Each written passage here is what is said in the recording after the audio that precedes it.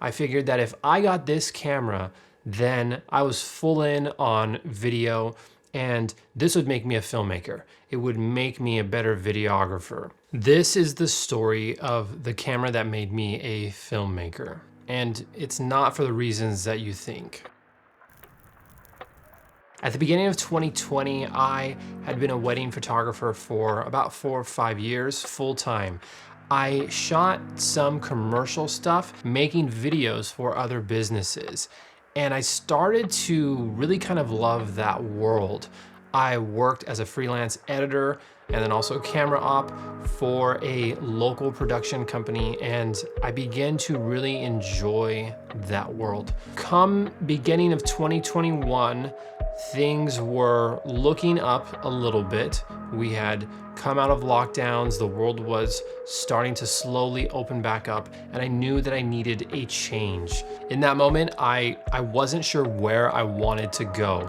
I knew that I started to love video. I want to be taken seriously as a filmmaker, and so I need a video-centric camera. People think RED, but I didn't have that kind of money, and I definitely didn't want to finance a RED either.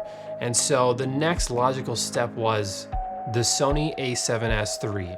I figured that if I got this camera, then I was full in on video, and this would make me a filmmaker. It would make me a better videographer. The A7s III appealed to me because it was still a photography camera. It looks like a photography camera. A lot of filmmakers might be like, well, wait, that's typically not a benefit or a positive. In this case, it is for me, because as a photographer moving into filmmaking, moving into video, I knew that I wanted to start making videos of our travel and get into video that way and make YouTube videos like this. And to have a small piece of kit that I could throw in a bag when I needed to, but then potentially rig up and make it bigger when the job calls for that. The versatility there is a huge benefit, and still is to this day. I could also take it on the beach and nobody would think twice about the camera that I had. But even more than the size of the A7s III, the features appeal to me specifically. All right, wait just a second. I forgot to include the most important feature in this camera, and that is that it has a dual base ISO, meaning that it has a base ISO of 640 and then also a second ISO that it can function as a base at 12,800. This means that these two ISO levels are where you will get the most dynamic range and you will get the least amount of noise in your footage. Right now, I forgot to take the ND filter off of this lens. I'm shooting with a 24-1.4. The ND's got to be at least at 2 stops, and I'm shooting at ISO 12,800, I can see on the screen, and the footage should look clean. This provides so much flexibility in the way of dialing in your exposure. Maybe you want to open up that aperture and use the base ISO of 640, or vice versa, and it's just an incredibly valuable feature in this camera. The FX3 shares this feature with the A7s III as well.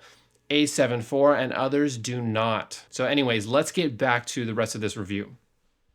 4K 120, and the 4K 120 on this camera looks beautiful. Do I use it all the time? No. However, it was appealing to me in that moment because maybe it could separate me, because I can shoot 4K 120 in a camera. 4K 60 was appealing because the Canon R6, the Canon R5 shot 4K 60 with crops. In full honesty, I love the Canon ecosystem, and I wanted to be a Canon shooter. However, at that time, it was very clear that S-Log3 would provide more dynamic range. That in and of itself is another feature, coupled with 10-bit and the high bit rates, the all-I codecs that the A7s III puts out.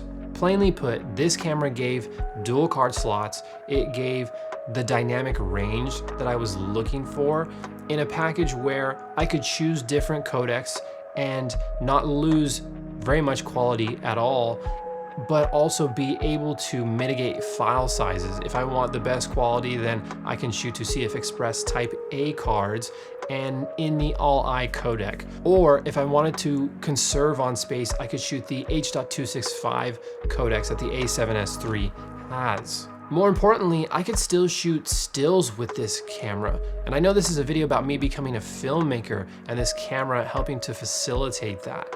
But being able to fall back on stills whenever I needed to, granted they're 12 megapixel stills, and so a lot of people may think that's potentially problematic. And in some cases, it may be. For me, it was not. I shot plenty of stills with this camera. However, these aren't the reasons why this camera made me a filmmaker. They made my transition easier to becoming a filmmaker. However, the real reason was the permission that it gave me to become a filmmaker, the mindset change that came with, well, now I have a legitimate video camera. I am legitimized as a filmmaker and I can put my work out and people won't judge it and people will see credibility there. And owning this camera allowed me the permission to myself to, okay, I can be a filmmaker now.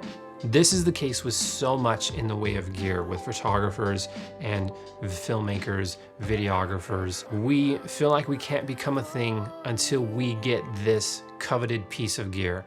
And in a way, it did help me. It helped me to move into the filmmaking space and to do so a little bit more confidently. However, I can't not acknowledge the fact that this camera provided a feature set that allowed me to grow in my skills and build skills as a filmmaker. And this camera did not limit my growth during that process. In fact, it provided me the space to be able to catch up to everything that it's capable of. And so there's something to be said for that.